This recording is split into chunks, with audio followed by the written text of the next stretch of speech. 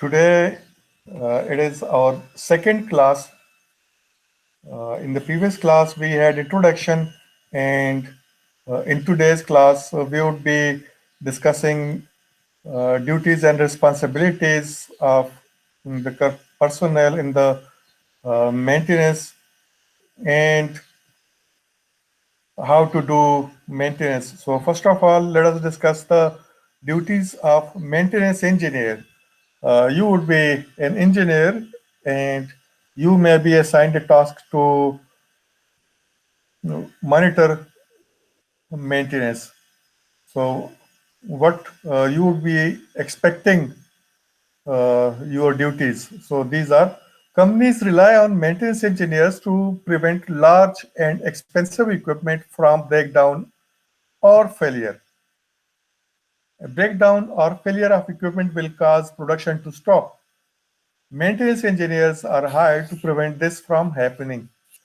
Uh, पिछली जो class है उसमें हमने बात की थी कि ब्रेकडाउन जो है, अगर ब्रेकडाउन आ जाए और आपकी प्रोडक्शन रुक जाए तो ये एक बहुत बड़ा नुकसान होता है, क्योंकि एक तो आप जो प्रॉफिट कमा रहे हैं वो रुक जाएगा, आपका मशीनरी पे खर्चा शुरू हो जाएगा, आपकी बदनामी होगी और आप नुकसान में जा सकते हैं। तो उसको तो रोकना है। We should not allow break down. तो उसके लिए हमें कुछ तरीके यूज करना होते हैं।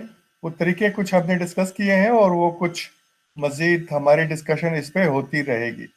लेकिन आप एज मेंटेनेंस इंजीनियर क्या क्या आपसे एक्सपेक्टेशंस होंगी, तो वो डिस्कस कर लेते हैं। So number one is maintenance plan. What is involved in the maintenance plan? Maintenance engineers implement and schedule a maintenance plan. तो आप जो मैनेजमेंट है उसमें कौन से टीयर पे हैं, आप ये इम्प्लीमेंट और शेड्यूल आप करते हैं या आपको ये मिलता है, ये तो बड़ा डिपेंड करेगा।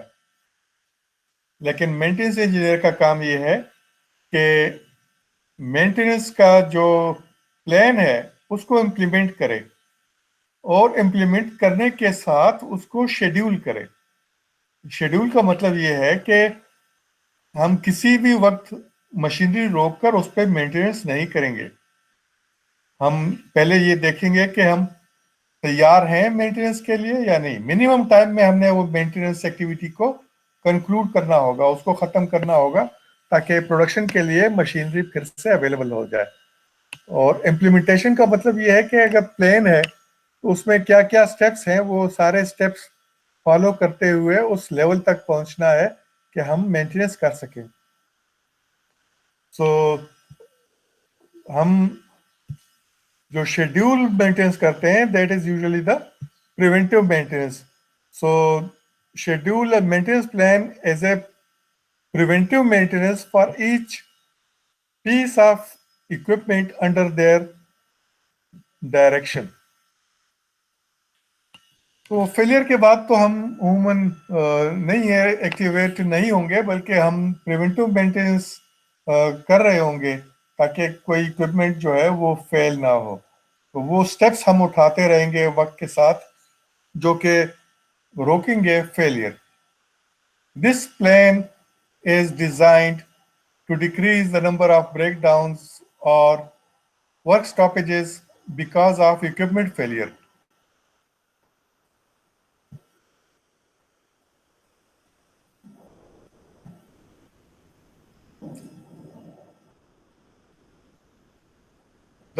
This procedure is generally referred to as preventive maintenance.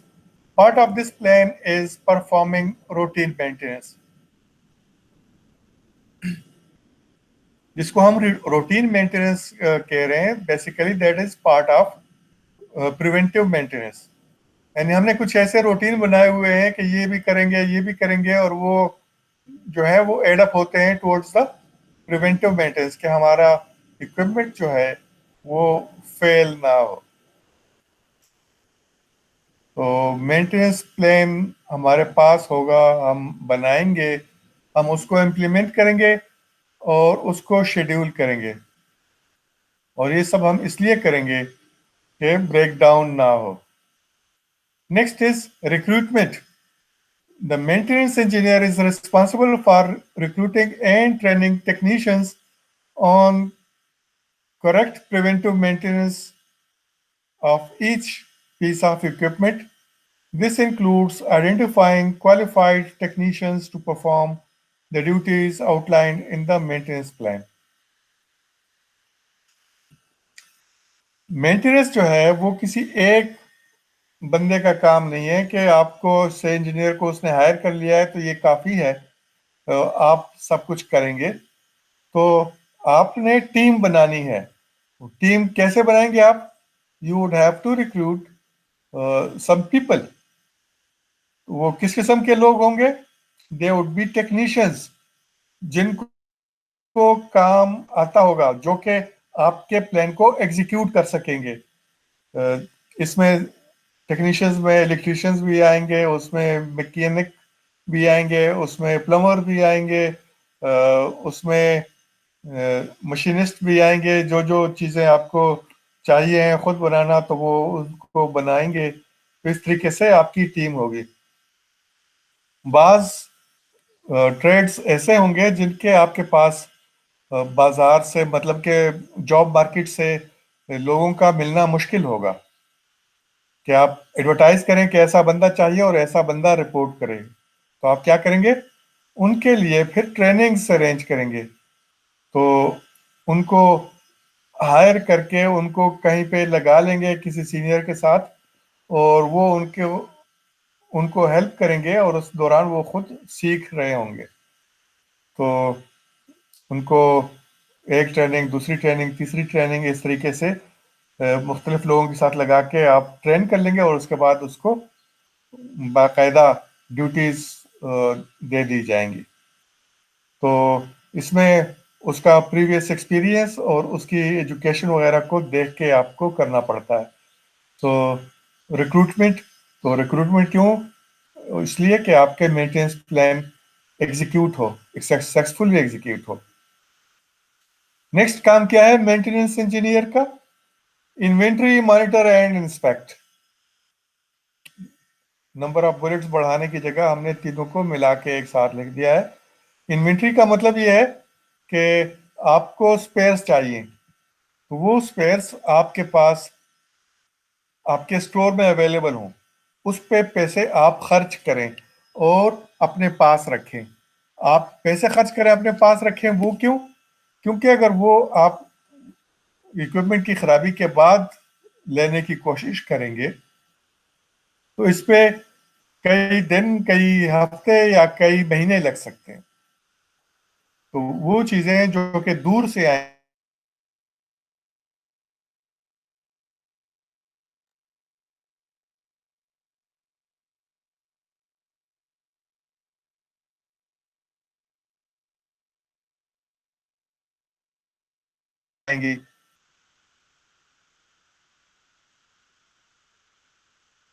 Specialised कोई इक्विपमेंट है, कोई है, वो आपको मेंटेनेंस के लिए रखना है। अब 10 लाख अगर आप इन्वेस्ट करते हैं तो उस पर आप महीने के लाख, 1.5 लाख रुपया कमा सकते हैं। अब लाख, 1.5 लाख रुपया आप कमा सकते हैं, आप वो कमाने नहीं जा रहे, बल्कि आप उसको ब्लॉक कर देते हैं इन द इन्वेंट्री। इन्वेंट्री में उसको ब्लॉक कर देते हैं। तो that is cost of retaining that inventory. तो बहुत सोच समझ के इन्वेंट्री हमने रखना होगी। So a maintenance engineer inventories, monitors, and inspects equipment in order to maintain it. This includes identifying worn components so they can be replaced before a breakdown or work stoppage occurs. Inventory of each piece of equipment and its parts to see which spare part need to be ordered or kept in the department to minimize downtime. अगर आपका जो spheres आप मंगवाते हैं उस पर time लगता है तो आपका डाउन टाइम ज्यादा हो जाएगा। डाउन टाइम क्या है? जब आपका इक्विपमेंट आउट ऑफ ऑर्डर होगा तो वो हमारा या आपका वो डाउन टाइम होगा। मॉनिटर, मॉनिटर इसमें क्या है, you would be monitoring. Monitoring में क्या आता है, आप जो आपके लोग हैं जिनको आपने ड्यूटीज असाइन की हैं उनको मॉनिटर करेंगे कि वो अपने काम कर रहे हैं या नहीं कर रहे। हमारे जो यानी वापडा की तरफ से मीटर रीडर्स होते हैं, ये दफ्तर में या घर में बैठ के आपका पुराना रिकॉर्ड देख के उससे मीटर रीडिंग लिख लेते हैं। तो उनको मॉनिटरिंग करने के लिए वापडा ने क्या तरीका निकाला है? एनीवन, कोई जवाब देगा?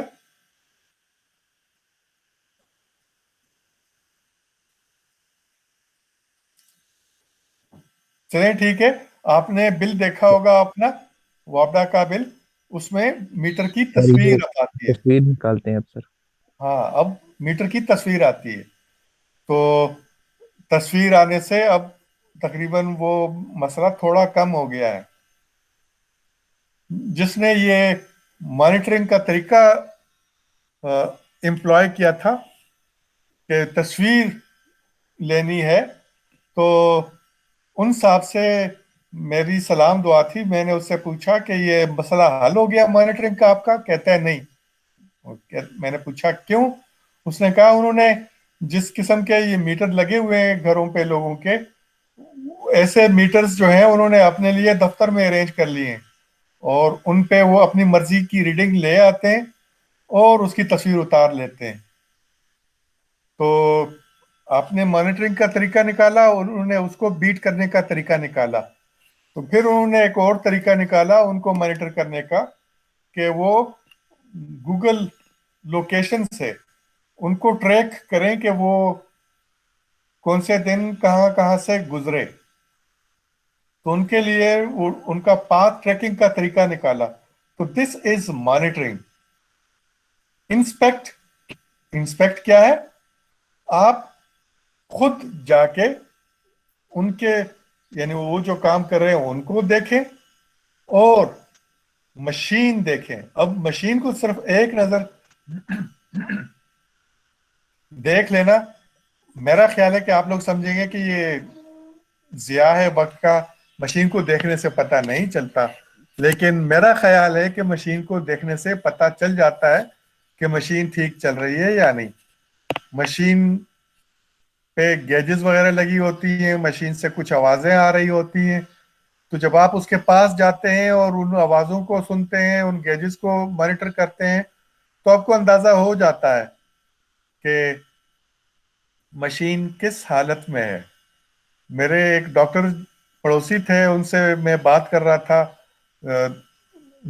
उसके यानी प्रोफेशन के बारे में। तो वो बता रहा था कि जब मरीज दरवाजे से अंदर आता है तो हमें अंदाजा हो जाता है कि इसको मसला क्या है। बाकी चीजें हम उनको कंफर्म करने के लिए और मरीज की तसल्ली के लिए पूछते हैं। तो इंस्पेक्शन जो है किसी एक्सपीरियंस बंदे का, वो बहुत ही कीमती चीज होती है, क्योंकि उसको एक नजर देखने से हर एक चीज का अंदाजा हो जाता है। तो बाकी अगर वो कोई स्टेप्स उठाएगा, कोई डायरेक्शंस देगा, तो वो जो उसके खदशात हैं उनको कवर अप करने के लिए या उनको कंफर्म करने के लिए ही होंगी।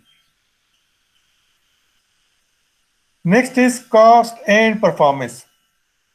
The maintenance engineer is also responsible for evaluating and documenting each piece of equipment.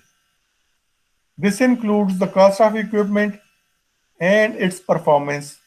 The documentation will help the company in determining the effectiveness of equipment and its preventive maintenance plan.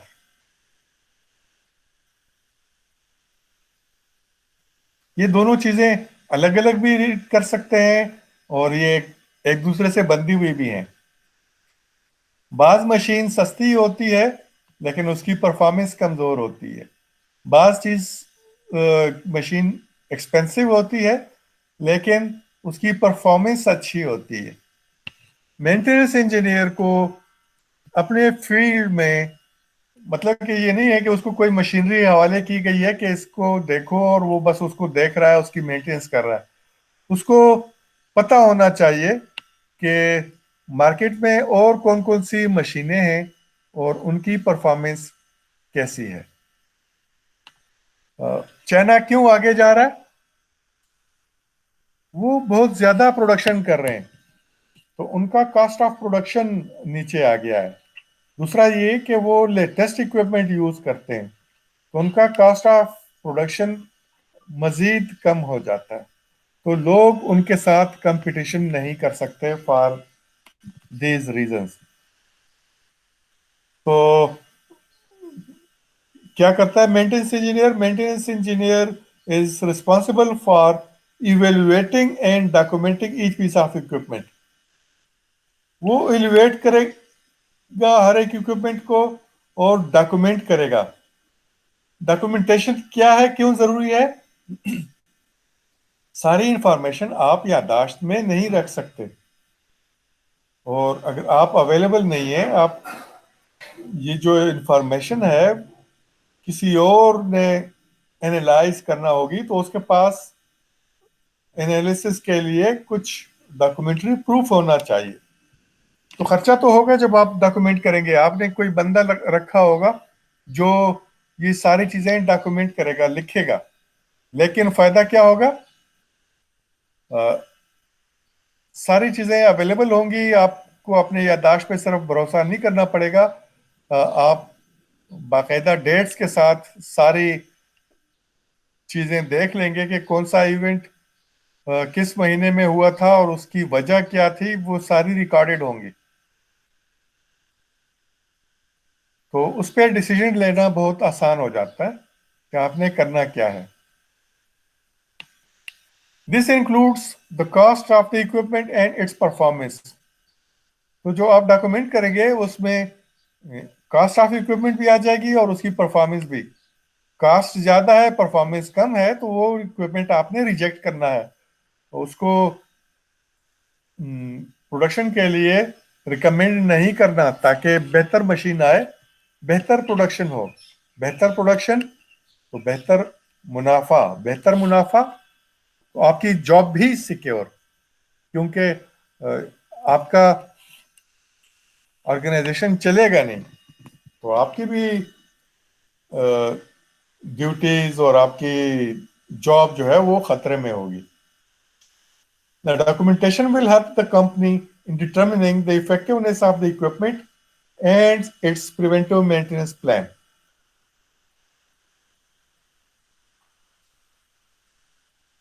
आपने maintenance plan बनाना है, उसको implement करना है, लेकिन उसको यानी evaluate भी करना है। अगर वो इफेक्टिव नहीं है, अच्छा प्रोग्राम नहीं है, तो फेलियर्स ज्यादा होंगे, और जब फेलियर्स ज्यादा होंगे आपकी मशीन रुकी रहेगी, आपका प्रोडक्शन कम होगा। तो इसका मतलब यह है कि आपने जो मेंटेनेंस प्लान बनाया था वो सही नहीं था, तो आपको वो रिवाइज करना पड़ेगा जो भी आपका प्लान था। कि जिस तरीके से आप करना चाह रहे थे उस तरीके से ये पॉसिबल नहीं है, या वो इफेक्टिव नहीं है। तो डॉक्यूमेंटेशन जरूरी है। डॉक्यूमेंट करेंगे तो आपको कॉस्ट का पता चलेगा और परफॉर्मेंस का पता चलेगा, और कॉस्ट आपने मिनिमाइज करनी है और परफॉर्मेंस को मैक्सिमाइज करना है। वो चाहे इस इक्विपमेंट से हो या आप रिकमेंड करें कि इस इक्विपमेंट को चेंज करो, दूसरा इक्विपमेंट लेना है, क्योंकि पुराने इक्विपमेंट के साथ बाजार में compete करना मुश्किल होगा। लोग अपनी कीमतें कम कर रहे हैं। कम क्यों कर रहे हैं? चाइना अपनी प्रोडक्ट्स की कीमत बहुत कम रख रहा है, ताकि दूसरे लोग इसको बनाने के लिए जाए ही ना, वही लोग बनाते रहें चाइनीज और दुनिया में बेचते रहें। अगर वो कीमत ज्यादा कर लेंगे तो उससे मेरे लिए एक डोर ओपन हो जाएगा, मैं भी बना के बेचना शुरू कर दूंगा, तो मेरा भी मार्केट में शेयर आ जाएगा, तो मैं भी टर्म्स डिक्टेट करने की पोजीशन में आ जाऊंगा। तो चाइना ऐसा नहीं चाहेगा। तो जिन चीजों पे चाइनीज कंट्रोल है वो उसको मजीद सख्त करने की कोशिश करेगा। Next is repairs. अब जब इतना सब कुछ हमने कह दिया है कि मेंटेनेंस प्लान है, रिक्रूटमेंट है, इन्वेंट्री मॉनिटरिंग एंड इंस्पेक्शन है, कॉस्ट एंड परफॉर्मेंस है, तो रिपेयर्स भी तो होने चाहिए। आप आखिर मेंटेनेंस के इंजीनियर्स हैं। So uh maintenance engineer schedules and makes timely repairs on each piece of equipment when it breaks down or is in need of preventive maintenance। तो ब्रेकडाउन भी आ सकता है, ऐसा नहीं है कि ब्रेकडाउन नहीं होगा, लेकिन आपने प्रिवेंटिव मेंटेनेंस इम्प्लीमेंट करना है कि आपके लोग रोज कुछ ना कुछ मेंटेनेंस करते रहें, ऐसी एक्टिविटीज करते रहें जिससे कि इक्विपमेंट का फेलियर कम से कम हो। लेकिन फेलियर्स आने का खतरा फिर भी होगा।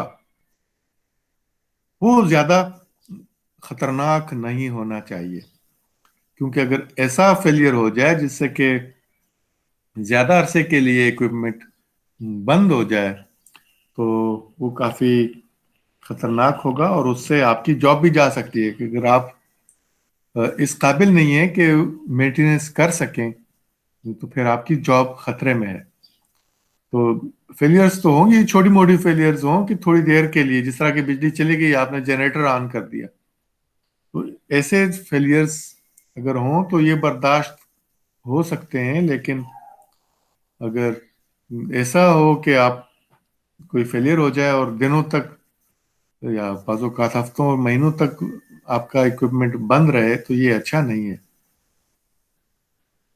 Completing effective emergency repairs will minimize. Emergency repairs are also component of this duty. Completing effective emergency repairs will minimize the time lost from unanticipated work stoppages because of misuse or equipment failure.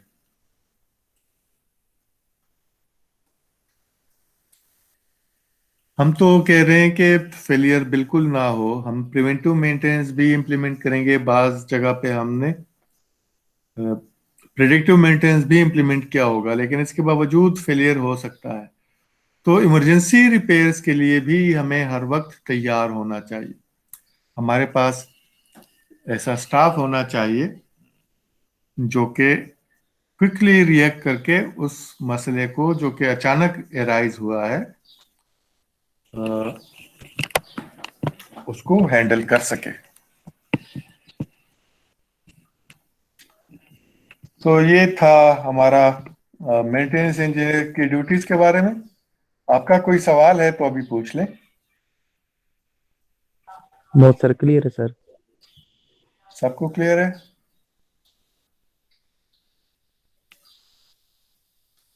चलें, ठीक है। Assume कर लेते हैं कि CR ने जो बताया वो सबके लिए है। नेक्स्ट जो है मेंटेनेंस इंजीनियर के बारे में आपने समझ लिया है। मेंटेनेंस इंजीनियरिंग के बारे में समझ लें कि ये क्या है।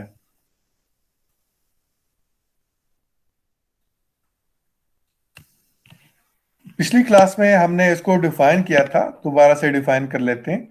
Maintenance engineering is the occupation that uses engineering theories and practices to plan and implement, यानी प्लान करें और उस प्लान को इम्प्लीमेंट करें, routine maintenance of equipment and machinery. यानी आराम से बैठे नहीं हैं लोग, उनको एक्टिविटीज दी हुई हैं, तो वो एक्टिविटीज वो परफॉर्म कर रहे हैं ताकि कोई फेलियर ना हो। ये कैसे मुमकिन है? This must be done in conjunction with optimising operations, operating procedures and budget to attain and sustain highest level of reliability and profit. Optimisation, देखिए, एक होता है बेस्ट। बेस्ट का कोई नेमुल बदल नहीं। मसलन अगर देखें, से क्रिकेट को देखें, तो बेस्ट बैट्समैन हमारा है आजम, बाबर आजम। नेक्स्ट बेस्ट जो है वो हमारे पास है हफीज और रिजवान, तो ये तो बेस्ट हैं।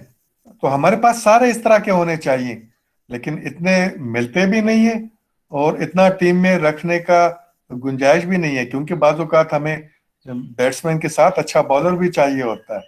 तो बाज फिर हम ऑप्टिमाइज कर लेते हैं कि हमने रख लिया है से फ़हीम अशरफ को कि वो बॉलिंग भी कर सके और बैटिंग भी कर सके, या नवाज को रख लिया है कि वो बॉलिंग भी कर सके बैटिंग भी कर सके। नवाज अपने आप को बैट्समैन समझता है, लेकिन वो अच्छा बॉलर है और बैटिंग उसकी ना होने के बराबर लग रही है। तो ये होती है ऑप्टिमाइजेशन, कि आप कहीं गुजारा कर लेते हैं कि नहीं ये ठीक है, बेस्ट नहीं, लेकिन नेक्स्ट टू बेस्ट हमें अवेलेबल होना चाहिए।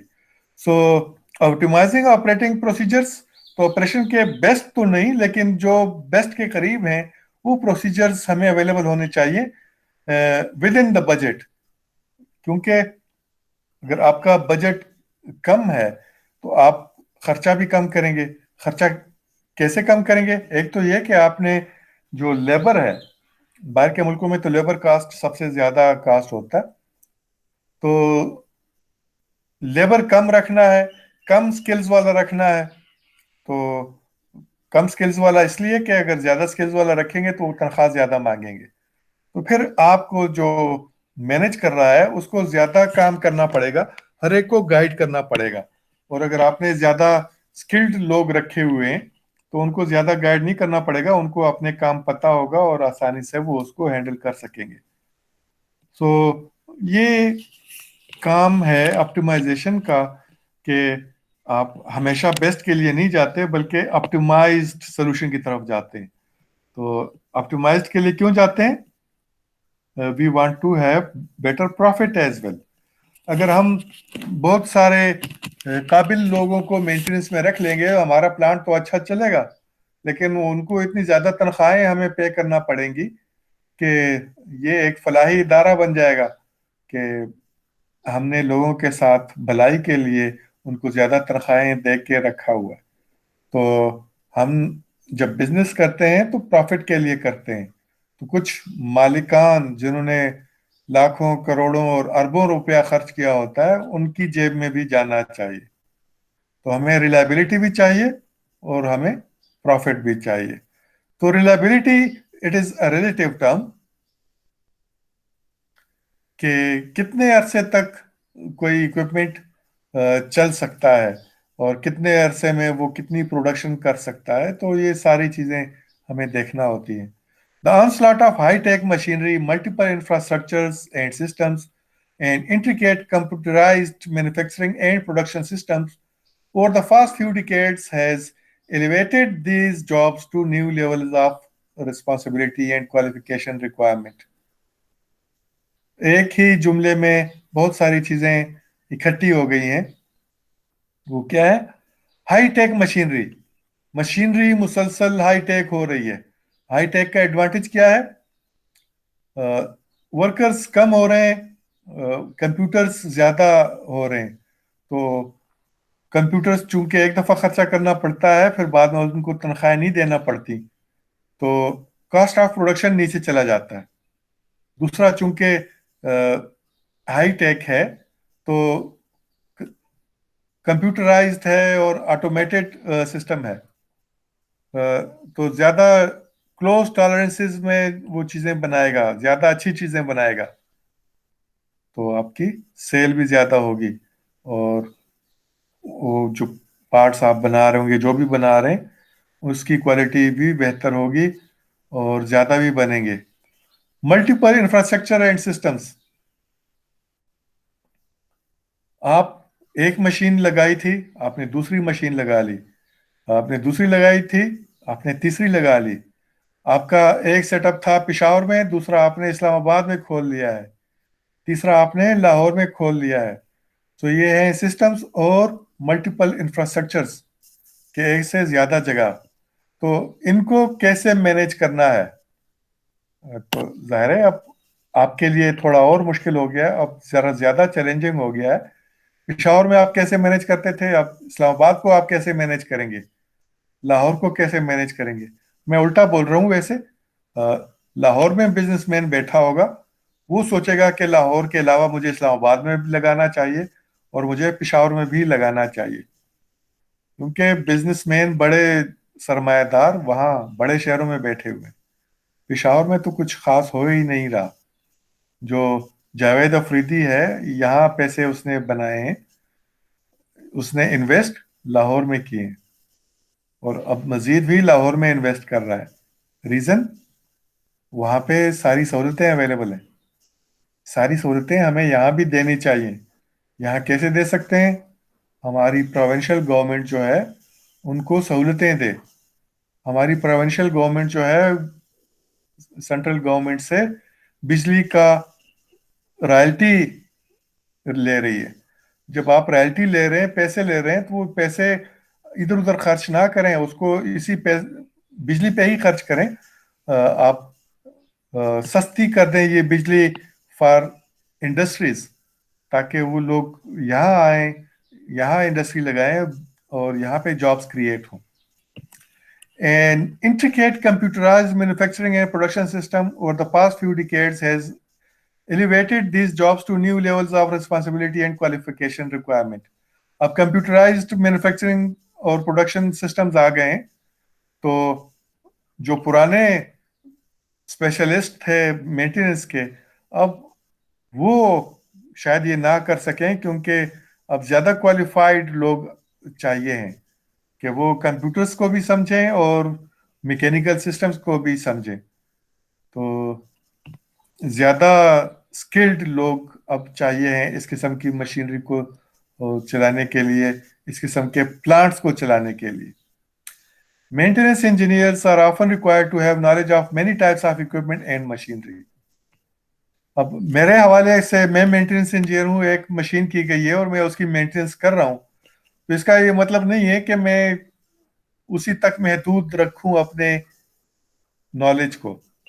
मुझे पता होना चाहिए कि अगर मैं पेशावर में काम कर रहा हूं तो पेशावर में ऐसे कितने और प्लांट्स हैं, उन्होंने कौन कौन सी मशीनें लगाई हुई हैं, उन मशीनों की प्रॉपर्टीज क्या हैं, वो कैसे काम करती हैं, कितना खाती हैं, क्या खाती हैं, बिजली, गैस, पानी, और कितना देती हैं, क्या देती हैं, प्रोडक्शन, कितने पार्ट्स वो प्रोड्यूस कर रहे हैं, तो कॉस्ट ऑफ प्रोडक्शन क्या है उनका। तो ये सारी चीजें अब उसने उनका ख्याल करना है।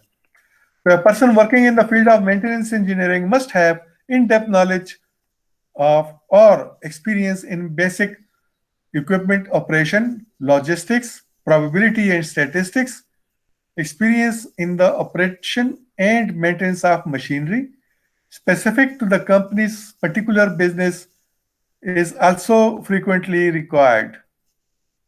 Since the position normally requires oral and written communication with various levels of personnel, excellent interpersonal communication and participatory management skills are also desirable. तो इस पैराग्राफ में हम क्या कह रहे हैं? इन डेप्थ नॉलेज होना चाहिए मेंटेनेंस इंजीनियरिंग डिपार्टमेंट को चलाने वालों के पास। और तो वो क्या है? बेसिक इक्विपमेंट ऑपरेशन, ये इक्विपमेंट ऑपरेशन क्या है, चलता कैसे है। लॉजिस्टिक्स, क्या चीजें इसके लिए लेके आनी है, क्या चीजें इससे लेके जानी है, ये सारी चीजें क्या हमें इसके लिए चाहिए होगा, कैसे क्या क्या चीजें इसके लिए लेके आएंगे।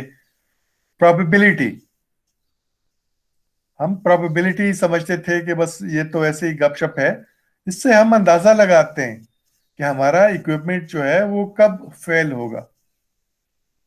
अब ये रमजान आ गया है, रमजान में लोग टाइम पास के लिए मुख्तलिफ गेम्स खेलते हैं, उसमें एक है लूडो।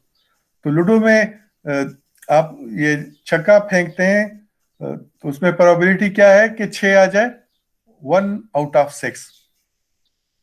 तो 1 के आने का चांस क्या है? 1 आउट ऑफ 6, यानी 1/6। तो 1 को 6 से डिवाइड करें तो ये कोई 15-16% आ जाती है प्रोबेबिलिटी।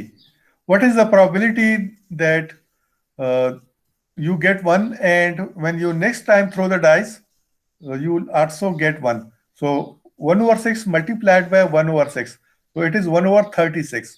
So ये चांस जो है ओनली 3 to 4% रह जाता है। तो ये आपको पता होना चाहिए कि ये खराब होगा कितना चांस है, ये खराब होगा कितना चांस है, और इन दोनों की कंबाइंड प्रोबेबिलिटी के ये भी खराब हो ये भी खराब हो, इसका चांस कितना है। तो ये सारा आप कैलकुलेट कर सकते हैं। एंड स्टैटिस्टिक्स आपको स्टैटिस्टिक्स बताती हैं कि पहले क्या होता रहा है, तो आप उससे प्रिडिक्शंस कर सकते हैं कि आगे क्या होगा। हम यानी प्रिडिक्शन कैसे करते हैं, हमने देखा हुआ है कि बाबर आजम स्कोर करता है, तो हमें प्रिडिक्ट कर सकते हैं कि उसकी एवरेज से 40 है या 50 है, तो ये 40-50 स्कोर कर देगा। लेकिन हम ये भी प्रिडिक्ट कर रहे हैं कि उसका स्ट्राइक रेट जो है ये 120 के आसपास है, तो इसका मतलब ये है कि अगर वो बैट करता रहे तो वो कभी भी 150 से ऊपर का स्कोर उसकी टीम नहीं कर पाएगी। तो हमें क्या करना होता है कि जब वो 40 या 50 जो उसका एवरेज है उससे कम पे आउट हो, तो दूसरा कोई बंदा हो जो स्ट्राइक रेट उसका 180 हो, तो वो उसको एक्सेलरेट कर सकता है स्कोरिंग को, और स्कोर भी होता रहेगा और तेज भी होता रहेगा। तो ये तरीका है फायदा लेने का प्रोबेबिलिटी एंड स्टैटिस्टिक्स से। Experience in the operation and maintenance of machinery specific to a company's particular business is also frequently required. अच्छा, ये भी होता है कि एक कंपनी है, उसको अमूमन एक ही किस्म की मशीनरी रखने का शौक होता है, और वो जायज भी है। मसलन पीआईए है तो वो एक खास किस्म के जहाज रखेगा। तो क्यों ऐसा करेगा? क्योंकि उसने मेंटेनेंस का डिपार्टमेंट भी रखा हुआ है, तो जो मेंटेनेंस दे रहा है वो मेंटेनेंस उसको वो प्रोवाइड कर सकता है, उसकी उसमें स्पेशलिटी वक्त के साथ बन गई है।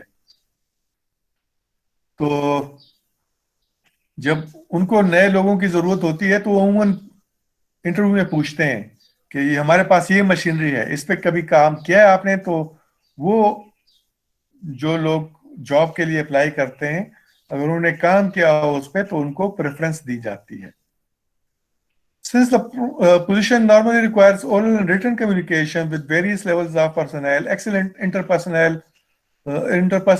communication and participatory management skills are also required. हमें बात करना होती है, अपनी टीम को इंस्पायर करना होता है कि हमने अचीव करना है, हमने एक्सेल करना है। ये आप क्रिकेट में भी देखते हैं, टीमें ग्राउंड में अपनी पोजीशंस लेने से पहले हडल करती हैं आपस में मिलके, और अपना इरादा जाहिर करती हैं कि आज हमने परफॉर्म करना है। तो ये मोटिवेशन का एक तरीका है। तो जो टीम को लीड कर रहा होगा उसको बात करने का सलीका आना चाहिए कि वो अपनी टीम को मोटिवेट कर सके कि हमने अचीव करना है। तो अच्छे तरीके से बात करना with various levels of personal, कि वो जो छोटे लेवल पे काम कर रहा है उसको, और जो बड़े लेवल पे काम कर रहा है उसको मोटिवेट कर सके कि ये काम करना है और ये टारगेट अचीव करना है। तो इसके लिए इंटरपर्सनल कम्युनिकेशन और पार्टिसिपेटरी स्किल्स ये जरूरी है। इंटरपर्सनल स्किल्स क्या है? अगर आप लीड कर रहे हैं और आपको वहां पे जो नया लड़का आपने हायर किया हुआ है, आप उससे बात कर सकें, उसको नाम से पुकार सकें, और उसके स्किल्स की तारीफ कर सकें, और उसको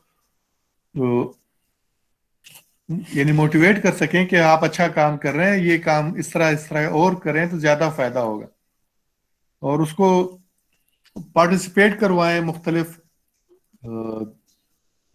मीटिंग्स में, उनका फीडबैक लें।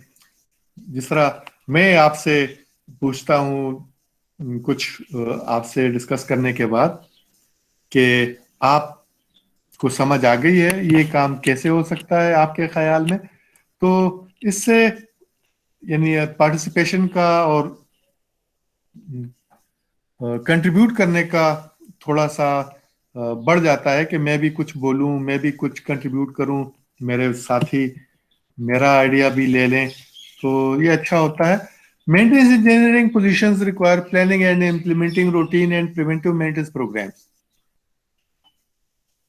प्रिवेंटिव मेंटेनेंस प्रोग्राम्स तो आपके पास यानी होने चाहिए, उनको इम्प्लीमेंट करना है। और इनमें क्या होगा? In addition regular monitoring of equipment is required to visually detect faults and implement equipment or production failure before they occur। तो अगर आप यानी आपका जो गैजेट्स वगैरह आपने लगाई हैं, या अगर आप प्रिडिक्टिव मेंटेनेंस कर रहे हैं, तो आपको आपका सिस्टम बता देगा कि फेलियर कब आने वाला है। लेकिन आप फिर भी कंट्रीब्यूट कर सकते हैं और फेलियर से बच सकते हैं अगर आप विजुअली जाके देखें, उसकी आवाज सुने, उसको ऑब्जर्व करें आप अपने इक्विपमेंट को। These positions may also require observing and overseeing repairs and maintenance performed by outside vendors and contractors। बाज काम जो है वो आपके लोग करेंगे और आप उनको देखेंगे कि वो कैसे काम कर रहे हैं, ठीक कर रहे हैं या ठीक नहीं कर रहे। या आपके लोग काम नहीं कर रहे होंगे क्योंकि आपके पास इतनी कैपेसिटी नहीं है कि ज्यादा काम कर सकें, या ज्यादा जो मुश्किल ज्यादा एडवांस्ड काम है वो आप कर सकें। तो आप आउटसाइड वेंडर्स, बाहर जो लोग हैं जो ये काम कर सकते हैं, उनको हायर करते हैं, या कॉन्ट्रैक्टर्स जिनके साथ आपका एग्रीमेंट है कि वो आपको बैकअप देंगे, तो उनके काम को देखना भी आपके काम के जुमरे में आता है। जो मेंटेनेंस इंजीनियरिंग के लोग हैं उनके यानी ड्यूटीज में ये आएगा। In a production or manufacturing environment, good maintenance engineering is necessary for smooth and safe daily plant operations। तो प्रोडक्शन और मैन्युफैक्चरिंग एनवायरनमेंट जो है उसमें अच्छी मेंटेनेंस बहुत ज़रूरी है। और वो मेंटेनेंस कैसे हो? Smooth and safe. कि मेंटेनेंस तो हो रही है लेकिन वो उसमें कोई हिकअप्स नहीं आने चाहिए और उसमें कोई हादसा नहीं होना चाहिए। इन हादसों को रोकना है तो खास तरीके आप उनको बताएंगे, उन तरीकों से ये काम होगा। तो जिस तरह हम कहते हैं एसओपीज फॉलो करें, एसओपीज कोरोना के लिए कि दूर रहना है, आपने मास्क पहनना है। तो हमारे प्रोडक्शन मेंटेनेंस इसमें क्या होगा? हमने जहां ऊपर से कुछ गिरने का खतरा हो तो मेंटेनेंस वाले लोग जो हैं वो हेलमेट पहन के रखेंगे। जहां कोई उड़ती छोटी चीजें खतरा हो वहां गॉगल्स पहनेंगे। बाज जगह जहां पे सांस लेना मुश्किल हो तो वहां पे वो हम्म, यानी ऑक्सीजन मास्क। हाँ ऑक्सीजन मास्क या इस किस्म की चीजें रखेंगे। जहां नीचे खतरनाक चीजें पड़ी होंगी वहां पे स्पेशल बूट्स पहनेंगे। तो ये सेफ्टी के प्रिकॉशंस हैं, इसमें टाइम जाया होता है। जो अगर ये ना करें तो आप 100% काम कर सकेंगे, अगर इनको फॉलो करेंगे तो 70% आप काम कर सकेंगे। लेकिन वो 70% बेहतर है उस 100% में जिसमें के लोगों के जान के जाने का खतरा हो या उनके जख्मी होने का खतरा हो। Maintenance engineers are not only monitoring the existing systems and equipment, they also recommend improved systems and help decide when systems are outdated and in need of replacement। Maintenance engineer को आपने एक काम पे लगा दिया है, एक ड्यूटी दे दी है और वो उसको कर रहा है, तो ये कोई अच्छी बात नहीं है। बाज लोग कहते हैं हम जब यानी अब तो खैर वो नहीं है, आपस में मिलना ऑनलाइन हो गया है, लेकिन हम आपस में जब मिलते हैं तो कहते हैं क्या हाल है, एक कहता है ठीक है, दूसरा कहता है ठीक है। वही जब ये सब कह रहे हैं कि ठीक है, तो ये ठीक नहीं है। There should be a change, and change for good. यानी इक्विलिब्रियम, आप लोगों ने केमिस्ट्री पढ़ी है। Yes sir. इक्विलिब्रियम क्या है? कि कुछ रिएक्शंस हो रहे हैं और कुछ रिएक्शंस रिवर्स हो रहे हैं, तो वो आपस में इक्विलिब्रियम में होते हैं कि जितने बन रहे हैं उतने वापस टूट भी रहे हैं, तो वो इक्विलिब्रियम में आ जाता है। तो फिर हम ऐसा कुछ तरीका निकालते हैं कि जो बन रहा है उसको हम अलग कर सकें। तो जब हम उसको अलग कर लेंगे तो ये मजीद आगे रिएक्शन चलता रहेगा और मजीद बनते रहेंगे। तो इक्विलिब्रियम को एक किस्म का हम डिस्टर्ब करते हैं। तो अगर इक्विलिब्रियम में रहेंगे तो हम अच्छे नहीं होंगे। यानी सारी उम्र आप इक्विलिब्रियम में नहीं रह सकते, आप सारी जिंदगी पढ़ नहीं सकते। इस इक्विलिब्रियम को तोड़ना है। तो वो कैसे तोड़ना है? आपने इंजीनियरिंग कर ली तो उसके बाद आपने जॉब करनी है, और फिर जॉब्स भी आप या चेंज करते हैं या आपका ओहदा चेंज होता है। अगर ये भी नहीं हो रहा तो आप ग्रो नहीं कर रहे। हमारी जो टीचिंग जॉब है, इसको हम कहते हैं कि ये कोई इतना ग्रोइंग फील्ड नहीं है, क्योंकि 1 साल का एक्सपीरियंस होता है और वो 20 30 40 साल रिपीट होता है। तो हम यहाँ तो करते हैं, कभी एक सब्जेक्ट पढ़ा दिया, कभी दूसरा सब्जेक्ट पढ़ा लिया, लेकिन जो 1 साल पढ़ाने के बाद आदमी सीख लेता है तो तकरीबन वही सारी जिंदगी फिर वो इम्प्लीमेंट करता है। तो चेंज बहुत जरूरी है। और वो चेंज कैसे? कि आप मॉनिटर करते रहें कि आपके पास इक्विपमेंट है, कौन सी कंपनी इस तरह के इक्विपमेंट बना रही है, दूसरी कंपनी किस किस्म का इक्विपमेंट बना रही है, उनमें क्या चेंज है, क्या उससे बेहतर है जो आपके पास है, और कब ये आपने इक्विपमेंट चेंज करना है ताकि आप ज्यादा प्रोडक्टिव इक्विपमेंट खरीद सकें, जो ज्यादा प्रोडक्शन भी करे और कम खर्चा भी करे। और खर्चा यूटिलिटीज का भी, यानी यूटिलिटीज, बिजली का, उसका पानी का, गैस का, वो खर्चा कम हो और आउटपुट ज्यादा हो, और मेंटेनेंस भी कम मांगे, ब्रेकडाउन भी कम हो। Such a position often involves exchanging ideas and information with other maintenance engineers, production managers, and manufacturing system engineers. तो ये जरूरी नहीं है कि आप अपने आप को अक्ल कुल समझ के बैठे रहें और फैसले सादर करें। You should be exchanging ideas. Production people जिन्होंने प्रोडक्शन करनी है, द मार्केटिंग पीपल जिन्होंने इसको मार्केट में बेचना है, अदर मेंटेनेंस इंजीनियर्स जो कि और जगहों पे मेंटेनेंस कर रहे हैं, कि वो क्या आइडियाज इस्तेमाल कर रहे हैं, और मैन्युफैक्चरिंग सिस्टम्स और क्या क्या अवेलेबल हैं जो कि हम कर सकते हैं। तो हमेशा, यानी जो हम कहते हैं गपशप, तो ये गपशप जो काबिल लोगों की है उसका भी फायदा होता है। जो आइडियाज एक्सचेंज होते हैं उससे फायदा उठाया जा सकता है, नया नॉलेज आ सकता है। So maintenance engineering is not only requires engineers to monitor large production machine operation and heavy duty equipment, but also often requires involvement with computer operation. Maintenance engineers may have to deal with everything from PCs, routers, servers, and softwares to more complex issues like local and off-site networks, configuration systems, end user support, and scheduled upgrades. Supervision of technical personnel may also be required.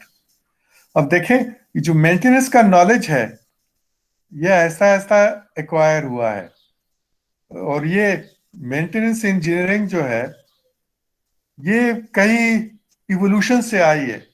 सबसे पहले जो है ये oil industry के, जमीन से oil निकालना, इन लोगों ने अपने काम को स्मूथ बनाने के लिए मेंटेनेंस के मुख्तलिफ तरीके एक किस्म के इजाद किए कि इस तरीके से अगर हम करेंगे तो फायदा होगा। तो फिर और इस तरह कार इंडस्ट्री है, इन्होंने शुरू किया कि मेंटेनेंस कैसे करें। और फिर उसके बाद जो एयर एरोप्लेन्स वगैरह हैं, एयर स्पेस एयरक्राफ्ट का जो इंडस्ट्री है, उन्होंने वो किए, तो इसको एक्सेल पे पहुंचाया फिर एयरक्राफ्ट इंडस्ट्री ने। उनको फेलियर बिल्कुल नहीं चाहिए। तो उन्होंने फेलियर को तकरीबन एलिमिनेट कर दिया है। अब आजकल कोई एयरक्राफ्ट फेलियर नहीं होता, वो नेग्लिजेंस ही होती है जो जिसमें के ह्यूमंस इन्वॉल्व होते हैं। अदरवाइज ऐसे इन्होंने तरीके निकाल लिए हैं कि फेलियर अब एक ऑप्शन बन गया है। ये अ, ये एक चांस नहीं है, it is an option now. तो ये जो पैराग्राफ है, ये पैराग्राफ जो मैंने आपको पढ़ के सुनाया, this is from the field of computers. तो उन्होंने PCs, routers, servers, softwares, software को भी मेंटेनेंस चाहिए होती है, तो इन सब का हवाला दिया है। तो ये अगर इंफॉर्मेशन हम उठाते हैं ऑयल फील्ड वालों से, तो वो अपनी मशीनों का, पंप्स का, चिलर्स का, इन चीज़ों की बात करते। अगर ये एयरक्राफ्ट का उठाते तो वो टरबाइंस वगैरह की बात कर रहे होते, मटेरियल्स की बात कर रहे होते। तो ये लगा रहता है आप किस फील्ड से क्या चीज़ें उठा रहे हैं, सब कंट्रीब्यूट कर रहे हैं towards maintenance. So good maintenance engineering is vital to the success of any manufacturing or processing operation. Regardless of size, the maintenance engineer is responsible for the efficiency of daily operations and for discovering and solving any operational problems in the plant. Company success may depend on a quality maintenance engineering department that can be depended upon to discover systematic flaws and recommend solid practical solutions. Positions in this field often require college education and a related field, जिस तरह के आपकी है mechanical engineering. Although most schools do not offer degree in maintenance engineering, degree in mechanical engineering, industrial engineering or related subjects are preferred. तो ये था maintenance engineering के बारे में जो कि अभी हमने डिस्कस किया है। ये हम ज़्यादातर डिस्कशन से ही सीखेंगे। इस पोर्शन को मैं ऑफ कर देता हूँ। अब तक जो पढ़ा है इसको मैं सेव कर लेता हूँ।